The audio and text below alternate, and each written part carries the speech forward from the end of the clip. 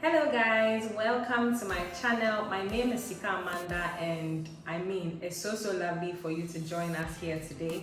And so we are going to be doing a series of topics, okay, about lessons we wish we knew, before even getting there, about love, money, life, and everything in between. Specifically today, we are going to be talking about navigating adult friendships, because Charlie, it's a whole new world out there, I'm telling you, especially in this digital age. But to help me do that, I have a very beautiful, succulent, I don't even know the words to describe her right now. So I'll just leave her to introduce herself, because she's also a YouTuber, you understand? So you also have to subscribe and like and do all those things. So carry it away, my dear. Hi guys, my name is Wenam Glory on YouTube. I make content on faith, lifestyle, health, and personal development. If these are things you are interested in, absolutely subscribe to my channel at Wenam Glory and turn on the notifications so that anytime I post a video, you'll be the first to watch. It promises to be fun, entertaining, and educative on there. So see you on my channel. Charlie, you better go. I'm there small, but sometimes you see some one comments, so do follow. So the interesting thing, do you have friends now that you are adults? Like, really, can you say that you have friends? I think let's just start from there.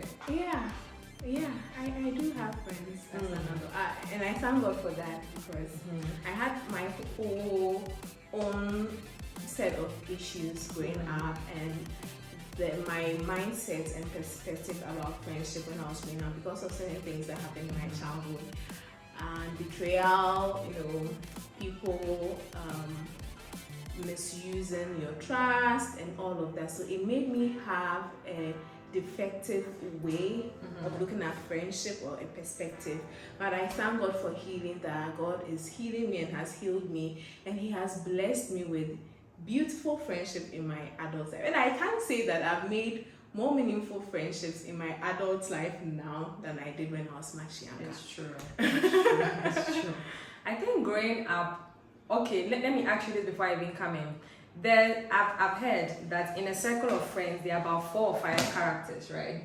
There's a spender, the one who would spend all the monies of everybody. So let me know in the comments which one you are. There's the organizer, the one who brings like people together. There's the one that will not do anything, will not say anything. Nobody knows anything about them, but they are your friend. And there's one that is like your buddy, the one that when you are in trouble at 1 a.m., that person is going to come through for you. So which one are you? Personally, I like organizing stuff. I'm currently in the middle of even organizing something for my late grandma. So I'm always organizing stuff. And if you are my friend or I'm friends with you, I would want to just help you organize your life. So I will not be there at 1 a.m. when you call, because I love my sleep. Generally speaking, I hate it when I tell you something that this is my mind on this issue. You go and do your own thing, come back and I'll say, oh, and I'm crying this and that. I'll not be there for you emotionally. I'll really bash you. But I would say that I am the organizer. I like to organize the stuff for you, make sure you're put together. I know pretty much how organize my life is. I would like yours to be organized as well. I think that's true. So please go into your friend groups right now and then check. Anyway, we are in our late 20s and everything, and one thing I've realized from my childhood till now, I was always, I wouldn't say it's not main character energy, but even if I'm quiet, people think I'm sick. It's like I was loud. I wouldn't call it loud, but I was more extroverted in my friend group. Like, I was someone who, people come to you to ask for opinions and all those things. It was giving more of main character energy. After 25 thereabouts, I slowed down. I said, no. I can't be in everyone's life at the same time. People were complaining, but I was like, no. I realized that I was someone who gives more. I was someone who was pouring more into people. But then when I take a step back, people were not pouring into me, especially at around the same, level. So that's when I pulled back, and that's when I really, really picked out who my friends were, because that's one indicator. Anyway, going into that, what are some of the common challenges we face as adults in forming friendships, like main friendships? Okay, so like I said, I have more friends now than I used to have in JHS because of my past and all of that. And what was the question again? Like, how do you form friendships, or How do I different? form? So how I different think is that back then it was easier making friends. It's true. Because it's very true. it was easier. You're in school, JHS, all true. those people are pretty much your friends to a certain extent. Even though at such an early age, I made them understand that they were my classmates and not my friends. It's and true. I got into trouble for saying that. I got into trouble a lot for saying that, and I can say that I'm somebody with very strong boundaries. After that time, I didn't know what boundaries were, what not. I just knew that all my classmates are not my friends, and I got into trouble for saying that. I carried that same energy into SS, and that statement put a lot of people off. So I didn't make a lot of friends back then, and so many other reasons why. But in adulthood, some of my good friends that I have as adults now, from my place of work and from church mainly, I've found friendship in my family as well. So there are cousins and some of my siblings that are my friends. And when it comes to friendship, I believe that it's quality over quantity. It's true. So very true. Talk about close friends, and I can count them on one hand, and I'm so grateful for them because I'm introverted. A lot of people don't know that I'm introverted. So I just pray to God to bring good people, and at the right time, all those good people came into my life, and they are just few, but it's beautiful. So I would say that it's more difficult generally making friends in your adult life, but when you take it to God in prayer, God will bring the right people your way, and you make good friends, quality friends in your adult years. I think that's true. For me, one common challenge or one main difficulty I had growing up, even till now, is a reverse of yours, which was there was no boundary. Oh, okay. There was no boundary So in my own. Everybody, but one caveat, and I know if someone in my JHS or SHS is watching this, will be if you don't know or if you haven't met Amanda's parents or at least her mom, then it means you are not her friend. That's my own. If you met my parents or someone very, very close to me before, then it means that I recognize you as someone part of me. But I didn't have boundaries. And I didn't have boundaries at all. Anybody can, and I think it also cost us a lot. So as we are growing up, teenagers, whatnot, if you don't create those boundaries now, these are your close friends, these are your work colleagues, these are this, and these are your friends. It's going to cost you. Because there are some certain expectations you expect, the words are rhyming, but take it like that. Certain expectations you would want from a friend that you may not get in a work colleague. But because you guys are eating lunch together 24/7, you think they are your friends. No, when promotion and performance appraisals and all that comes, that's when you realize that yes, indeed, this is a work colleague, or this is your boss, or this is this and this is that. That's something we really have to look forward to here. Next one, how do you choose your friends? Is it based on your moral values, or it's just a coincidence? Like normally, and as a woman too, okay, maybe that'll be another question, but how do you choose friends? Do friends choose you, or you choose friends? Because we have a different way. There's a whole debate about don't choose your friend. Don't like choose your friends, don't let them choose you. At the end of the day, both of you have to choose each other. That's what I believe. But there should be purpose. There should be a reason. I have friends, and they are different friends for different purposes. I do not expect one person to be everything to me, because people are different, we are wired differently and everything. So, like I said, some of my closest friends, for example, one of my closest friends that I met from work, there are things that we give each other that I'll probably not get from you. But because you are also different and you have different set of things to offer.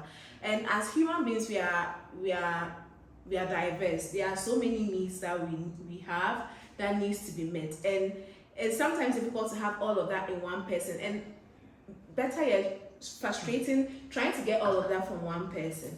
I think it comes down to purpose, your particular needs in that season, because there are good friends that I made from high school. I still consider them my friends, but in the season that I find myself in, They are really not relevant. Yes, I'm trying to choose my words carefully, but don't try to be all emotional or touchy. Just listen to what I'm saying and try to reason with me. They are really not relevant, and they were relevant when I was in high school. They were relevant when I was in the university, probably to study, probably to help me out with projects, probably because I was in a philanthropical group. But now that all of that is done, they're really not relevant now. So I think that it depends on the season that you're in. It depends on your purpose at the time and your overall purpose as a human being. So do you think shared interests kind of brings people together as friends, or you think not? Definitely, but some of my friends, we don't really have any shared interests. So that's why I actually want to get to. Thanks for touching on that. I don't think I constructed the question well, because some people think that you have to be friends. For instance, we are really, really church girls, right? Some people think you have to be friends with only the people in your church, or because you are a Christian, so all your friends must be Christian, or because you have some moral code somewhere. For instance, I know a friend, if you smoke or drink around her, forget it. She is not going to be your friend again.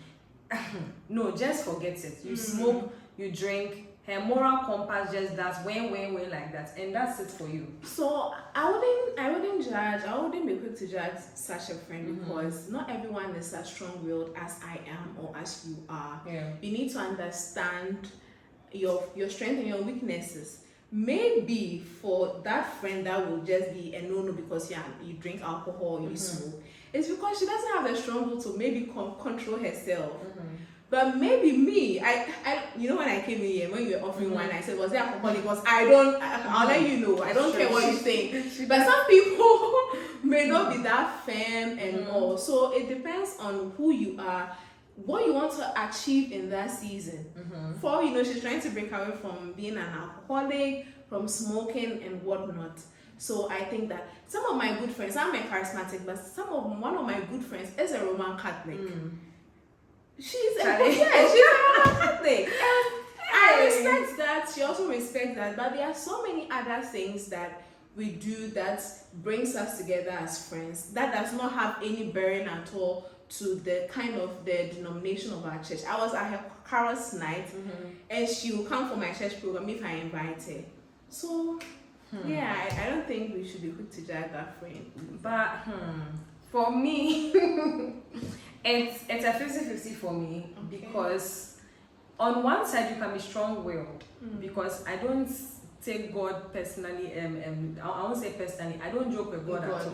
So if you joke around my Jesus or do anything that marks his name, my dear, we are going to say bye-bye to you and I. I'm not even going to try, and I'll pray to God for you so that someone else comes to evangelize. But another point, for instance, in workplaces and all that, you realize that, Charlie, you need this person. You need a person. So I'm sure for me, the boundaries were the ones that were not set till now. I think it's growing up after 25, I'm now understanding boundaries. Because first I didn't. So for instance, if you are blue and I'm green, I cannot be close to you because you are blue and I'm green. But now I'm beginning to see, as you were saying, who is relevant for what. And if the person is an atheist, but you need this person for so and so, even for 2 years, the person might even end up being your business partner and best friend. But the person will be the one who will take your call at that 1 a.m. What would you do? Are you saying that because of that, you are shunning the person? But that's another question. What's the difference between friend, acquaintance, those kind of small words? What is the main difference? Because we're talking of friend, but someone will be like, so who is a friend? Or who do you describe as a friend to you, and to you to them? If you can answer that. So, a friend, acquaintance, I said it, when I was young, I said, you're my classmate, you're not my friend, so I understand all those separation of powers. Yes. If I'm allowed to put it that way. Please explain to us. That way. But for a friend, I would say it would be somebody that we have the same not level of reasoning, but our core values and standards and morals match, and we have things that bring us together for the sake of purpose. Yes. And also a friend is somebody that I'm also actively investing into. Right. Yes. So it's not just about you being there to take, but actively every day you're thinking, oh, okay, this friend, what can I do to make her life better? What can I do to make his life better? And that is why I always say that love goes with accountability. And since we are talking about friendship, we know we are not talking about romantic kind of love. We're talking of the agape sort of love. Platonic Yes. ones. So I'm also asking myself, what am I doing actively to invest into that person to make that person's life better?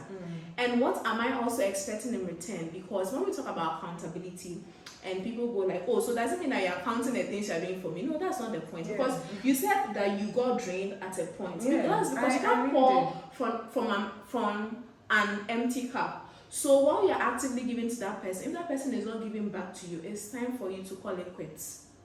And you have to be selfish when it gets to some of those things, because at the end of the day, you're going to be drained, you're not going to have your cup full, and you're not going to live a happy, fulfilled life. So I'm asking myself what I'm going to do to make your life better, but I expect you to also do the same for me. If not, we cannot be friends. And that's why one of my closest friends now, I love her because she's constantly thinking of ways to make my life better and give to me and pour into my cup. I am constantly thinking of how to do the same for her. But if I feel that there's that drift, the energy is not matching. And when I say matching, doesn't mean I give you one city, give me one city, no. But at your level, what your capacity, what you can give, what I can also give. And that is how I think that we should approach friendship.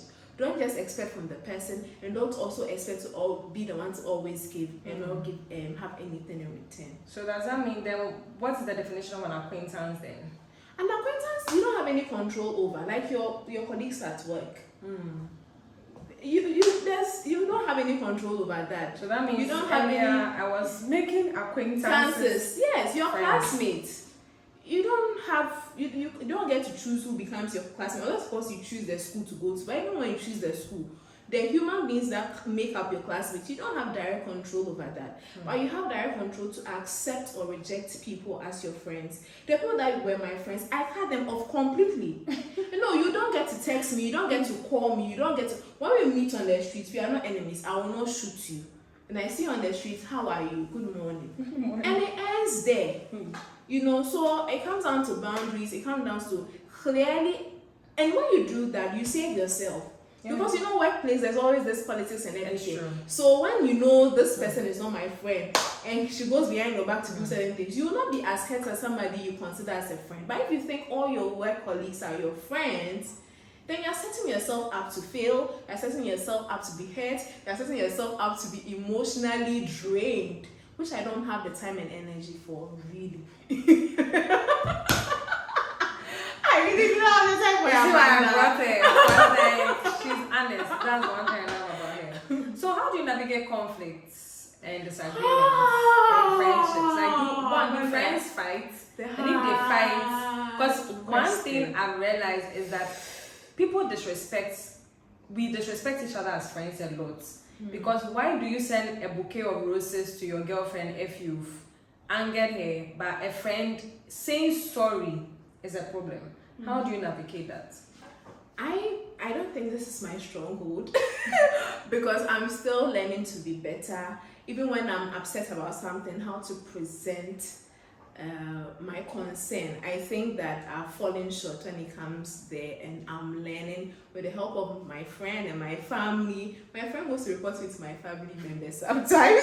I'm learning to be better, but I think it's really important. And this particular friend that I keep talking about, for example, she's more on the peaceful side. So she'll be willing to be the first to say sorry. But anytime she does that, I go back and ask myself, so what if she's also unwilling to say sorry? Does that mean that ends the friendship? Then it means I'm not a good person. I could be better. So even though she's been very kind in terms of conflict resolution and all of that, it's also a challenge to me because I'm intentional about my personal growth. So I come back and say, okay, in this scenario, what if Mary Magdalene didn't come back to say I'm sorry or whatnot? Does that end the friendship? What becomes of it? Do I put everything we've gone through or all the years that we've invested into this friendship, do I put that all aside over this mistake? So I think that it challenges us to be better, because you will never know what conflict will come tomorrow. Yeah. But we should be more on the forgiving side. Of course, there are some things that are non-negotiable. Like I tell my friends, like if, for example, someone talks about me behind my back and you happen to hear it and you don't come and tell me, I consider you and the person who said the thing the same. Yes, I consider that both of you are the same, because so those are non-negotiables for me. So I will let you know. So when it happens, then you know that, oh, okay, that we can't do this. But for the small fighting here and there, I'm learning to be a better person, to present my case. And then why it's so difficult is because usually I'm right. I'm usually right, but it does not mean that you should have, an unkind way of presenting your concerns and whatnot. And also, I'm learning to also say sorry, because sometimes in the heat of the moment, you just say things that you truly do not. But when it is brought to your attention, you should say you are sorry. And I think that I'm learning to do that as well. So yes, that's what I'll say. I think your nuggets of wisdom is really, really key, because a lot of us don't say sorry to friends. I don't know, but it should be. Fine, that relationship, because the person will be angry with you and you have to fall off your chest. But these are people who keep you up at night happy. I can call a friend, she's in the UK right now, I can call her, hey, we can laugh 2 hours, we haven't said anything sensible. But one day she told me that, I thank God for you, because you just make me happy in a very lonely, place. So imagine if you annoy this person, if me I annoy this person, the best I can do is just say sorry. Or take the person out or something. Why are we so quick to not put credit on the friendships God has given us? No, you see, and I think that's a dishonest approach to living. Because I like to believe that what the relationship I have with my parents, I'm going to extend it into marriage. Yeah. The relationship I have with my friends, I'm going to extend it into my romantic relationship and marriage ultimately. So I'm very careful when dealing with them, because I'm not going to say that, because it's not lovey-dovey and not romantic, then I get to behave anyhow. Anytime I reflect, when things happen and they're having hard conversations and there's an outburst and everything, I go back and I reflect that, so if this were my husband, is that how I was going to behave? And that makes me reflect on such actions and behaviors and helps me to correct it. Because like I said, if you are faithful with what God has given you, He will bless you much. Definitely. But if you're unfaithful with these small relationships with your parents, with your siblings, with your friends, and you're all over the place with them, what becomes of you? You think that when it gets to the romantic side, you'll be different, but no, that's you. Because with your family and your friends and all of that, it is default mode.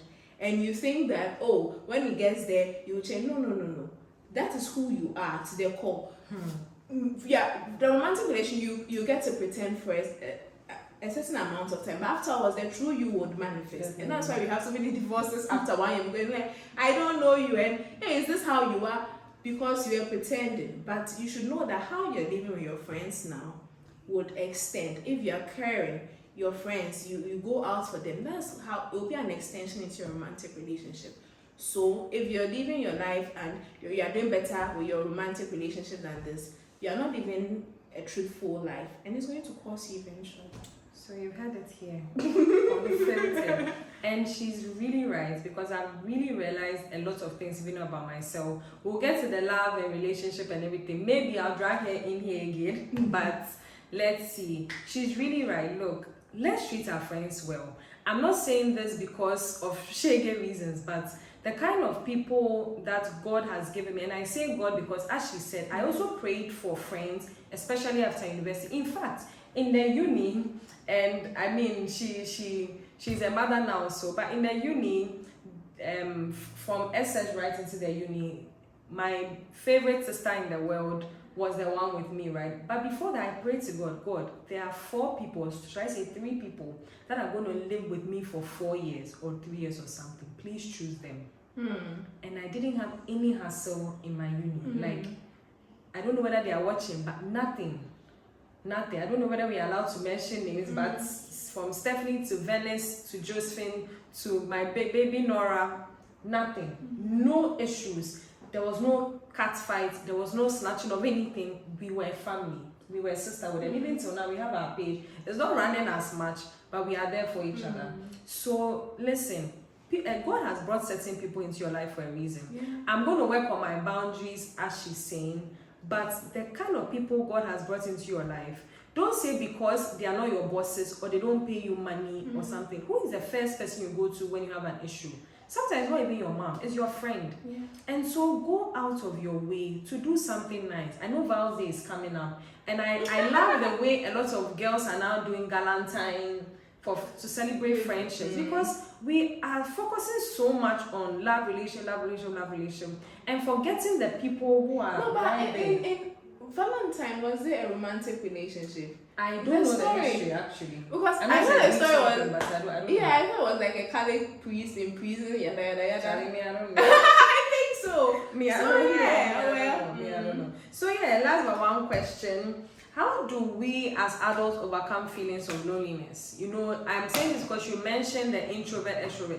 I'm an ambivert. I'm in the middle. And because my temperament is choleric and phleg, you know, for choleric, we'll delve into temperaments more, but choleric is the second form of an extrovert, right? And then a phlegmatic is the second form of an introvert. So that's how come I'm in the middle. So with that, I'm able to withdraw completely and just be on my movies my phone, and I'm done. Or I'm able to just be the life of the party. So in those cases, sometimes loneliness, I don't really experience so much loneliness personally, because I will find something or someone to talk to. I will call out, then I will call you, I'll pull you out. Let's go for drinks or something. My people know me for that. But for those who don't even know how to make friends and everything, how do they overcome this loneliness or isolation? Because the suicide rates are alarming. And sometimes, apparently, the statistic is loneliness, isolation. I don't know. How do we overcome that? Well, I really like to isolate that the suicide thought has not crossed. And I would like to base that on my faith. I think being a Christian and my faith plays a pivotal role. So I can stay in this house all by myself all year and I will not feel any form of loneliness at all. So I think it's because of my faith. And whatever it is that you think you can do externally to beat that loneliness, at the end of the day, you come back and even on your bed, because I share a room with my sister. Finally, she has her bed. Even though we're in the same room, she has her bed, I have my bed. Even if you're going to sleep on the same bed, because I'm saying this because people think that when they get married, then all the problems with loneliness will get solved. That's not really the case, because even on the bed, you have your part of the bed, your partner or your sister or whatever has his part of the bed. So I believe that when it comes to the issue of loneliness, it should not be approached from the external. So because I can mention 1,001 things you can do not to feel lonely, but you finish with those activities and you come back and it's still there, that void. And I believe that Jesus Christ has filled that void for me. And I think that I entreat everyone to come to Jesus because he fills that void. He's a friend that sticks closer than a brother. So because of that, even though I am introverted and I can do that, I think that it's deeply rooted in the fact that I have strong belief and faith in Christ, in Jesus Christ, and a Christian as well. And apart from that, I have beautiful family people. I consider my parents my friends. We talk a lot. And no matter how angry I am from work, all I have to do is to talk to my parents. I always say this, and it doesn't matter what the situation is. All I have to do is talk to my parents. They're not going to go to the workplace and insult anyone or beat anyone for me. But the kind of things they will say, it just moves my anxiety level from 1,000 to -1. You know. So and it's good to have those people, because perhaps if my parents were not there, then I'll try to find other people to kind of fill that gap. But I just have to talk to my parent, my dad or my mom, and everything just feels better. So I believe that God should bless everyone with such people. And also you yourself, you should see the blessing in front of you. Because when I say this, it looks like a cliche or something. Do you know people think they can't be friends with their relatives or friends? And I tell people, I found friendship in some of my siblings, not all of them. Not all of them. some of my siblings. So sometimes the solutions are there, but are you open to because it's not normal, it's not the norm for people to say my parents are my friends, so I just have to don't want to do like maybe a boyfriend, a girlfriend, or yada yada. And I think that and then also I think that you should have friends too that are more on the exploring side. Yeah. Yes, because last December, for example, I told you, if not for you, I wouldn't have gone to Accra Arts District. I wouldn't have gone to Blaze. Not because I don't have the money to go, or I would not be able to make the time, but I would just prefer to see. Yeah. But I had someone who was like, and now let's go, we are going to go, let us go. And then it happened. So those people are also key too. And I really had fun. And I tapped into certain part of myself that I did not know existed. Yes. So I think that even when you're doing those activities, it should not necessarily because you don't want to feel lonely, but because you want to explore part of yourself that you did not know existed. You probably don't know how good a writer you are until you start journaling. Yeah. You probably don't know how good you feel about walking until you go on a hike. And which we are about to go. And breathing some fresh air. You probably don't know how good you do behind the camera until you try for the first time. You realize that, oh, I'm actually in love with speaking to the camera and talking to all of you. So those are my 3 steps to dealing with this whole level of issue of loneliness and isolation. Yeah. For me, I think I also point on 3. Like I told you earlier, I'm an ambivert, but I'm really more introverted in a way. I think on a scale of 100, I'm introverted like 60%, and then the 40% is extroverted. But people don't believe me, but honestly, people don't believe me. No, that's the thing with introverts. When I'm with my family and my I don't know. when I'm with my family and those I am my people. When I tell people I'm an introvert, those who do not believe me are those who are closest to me and they've experienced that part of me and they really love it. But deep down in my heart, I am an introvert. Yeah, I'm not gonna go to like 5 people and then start asking. No, I'll not be that. But I don't know. Anyway, for me, my parents are my friends. Like my dad, like people don't understand how come I call my mom 24/7 to tell her, Mommy, I've gotten here and I've done this, I've done that. Like they don't understand. And I think we have to reverse it because your parents are the ones that give I'm not advocating for if there were any abuse or any talks, that one. And that one, I think you should honestly forgive them personally because their blessings are much more important. You look at Abraham, Isaac, Jacob, their blessings. Me, I find a way to heal yourself. Me always say, I want my father's blessing for marriage. So that and this is another controversial topic that we might point to, but if he says no to someone, I will consider and toe his line. I don't know, but we'll come there. But they're my friends. I mean, business stuff, business proposals and everything. Some of you, your fathers were CEOs of companies, and then you want a business and all that, and you don't want to approach them first. You want to go to 2-3 people. Come on, really. You have to heal, as she's saying, and you have to talk to them. They are growing. Maybe don't have anything to do, and they are going to follow you. Secondly, to combat loneliness, I really think you should have a list of things you want to do, like a bucket list. A friend of mine in the UK, Christabel, this is funny, but from January to December, do you know we've written down hobbies and gifts we want to gift ourselves from January to December? Yes. Yeah, I'll share that with you after. Ourselves, so because you need to learn how to be with yourself to combat loneliness. Like some people don't like to be with themselves, and it's not good. It's not good at all to not be with yourself. Do you want a boyfriend or another friend to fill that void for you? At the end of the day, you are going to be expecting so much from them, and they're not going to give you. Be with yourself. The paint and sip, Charlie, now it's 200, 250. Charlie, go and get some 30 Ghana paint and sip, or a coloring book. Get some wine and be painting. Romanticize your life. Romanticize your life. You know, I don't know. And lastly, talk to God. It has really, really helped me. Sometimes I'll be there on my bed, conversations with God, and I will receive something back. Sometimes I don't really hear. Sometimes then, as soon as I open the scriptures, something pops. I was going to some things with my car and everything. Then I opened to Isaiah 43:18-19. Behold, I'm doing a new thing. You know, I'm going to make a way in the wilderness. I'm going to create that river in the desert. Before long, something, we got a very good mechanic, and he solved like 90% of what the issue. Talk to God. He's going to combat that loneliness. You know. Finally, last but one. Can men and women be friends? Why not? Absolutely. because there's this whole situationships and friends with benefits things happening. Boundaries, my baby girl. Boundaries. So how can we overcome that? Because some people, I heard someone, like a guy say that I think he has slept with over 5 of his friends because they claim that they want to have him first to see how everything is going.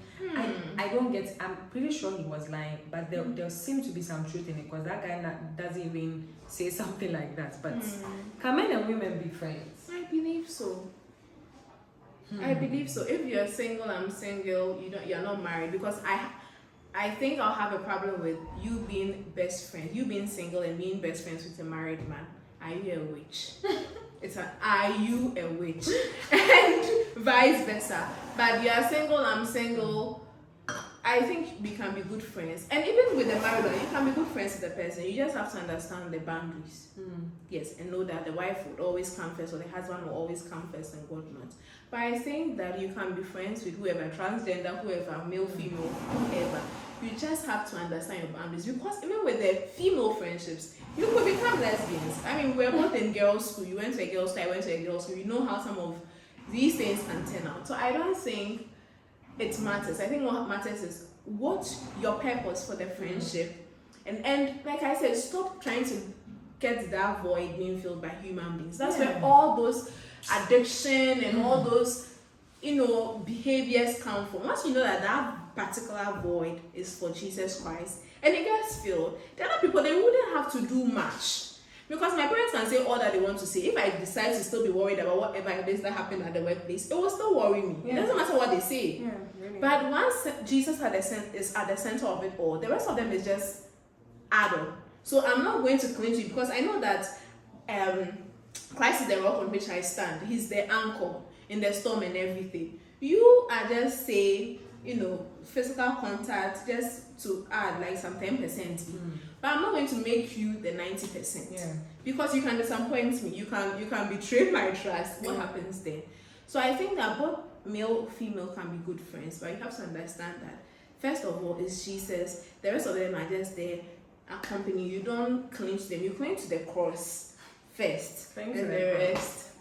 So that's what I can say about that. So our final, question and all that. I hope you really, really enjoy this, and taking some nuggets and everything. I told you that she's wise. She's one of the wisest women I know. Hey, boy.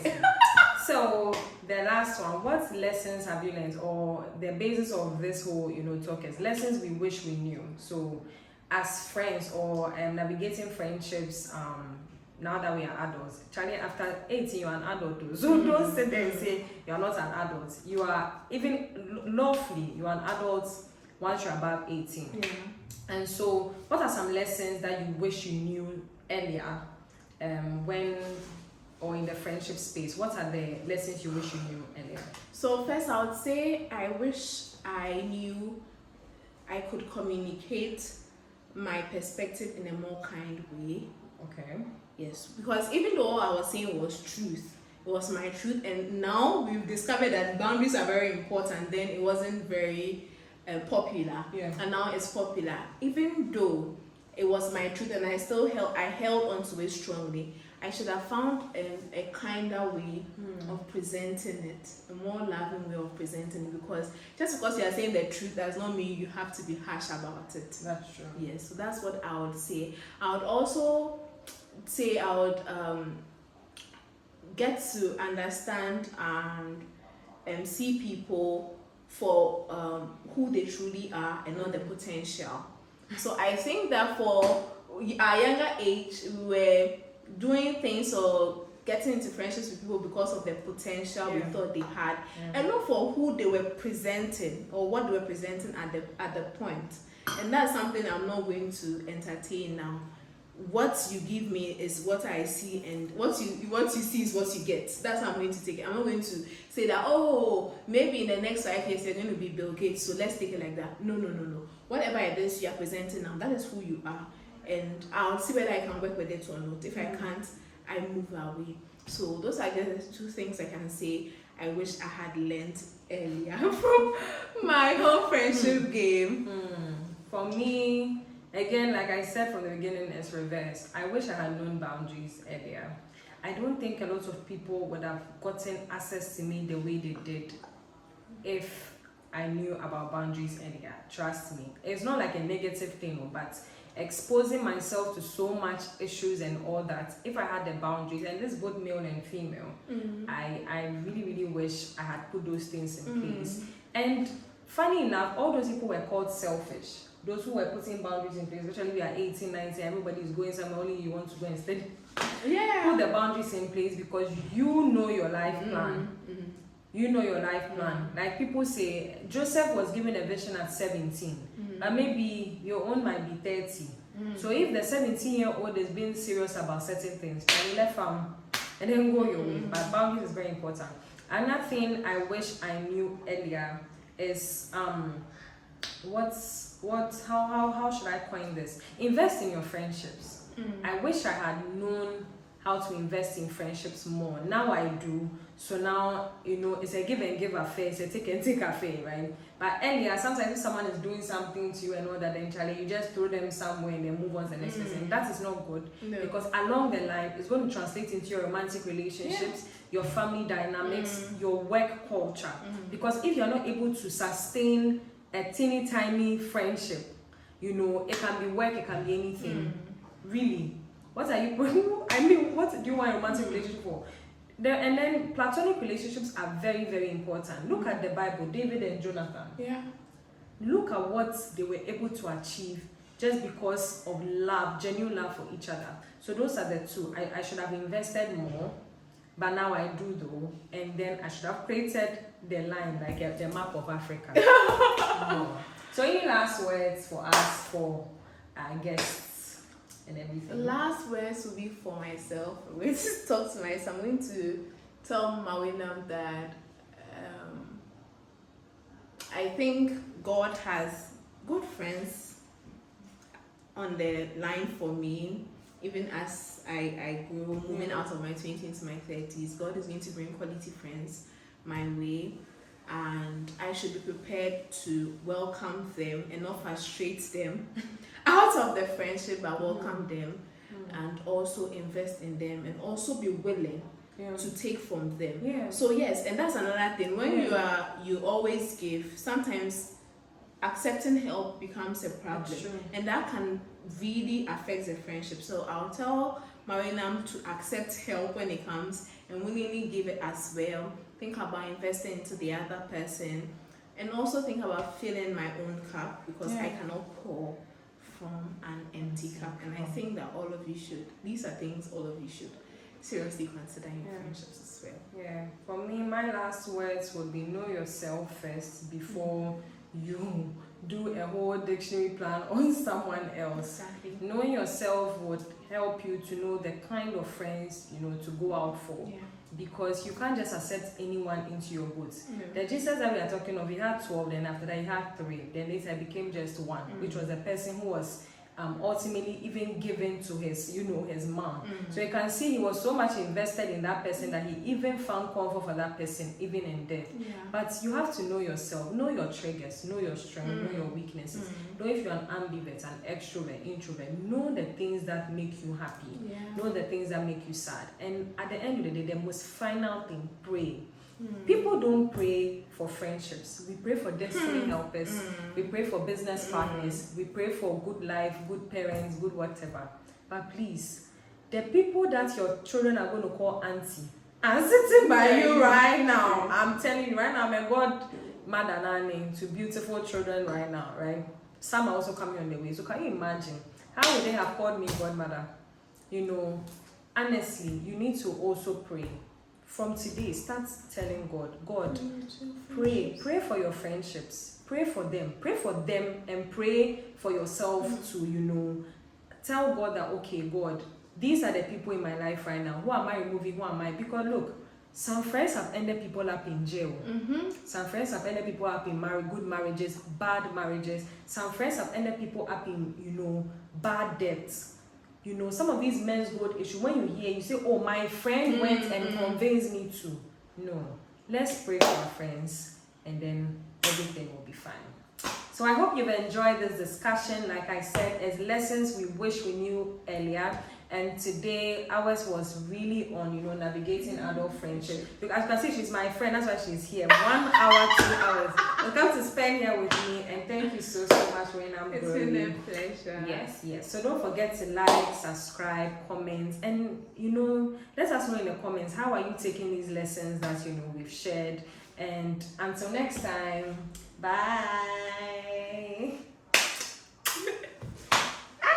Oh, that was fun. That was very, very, very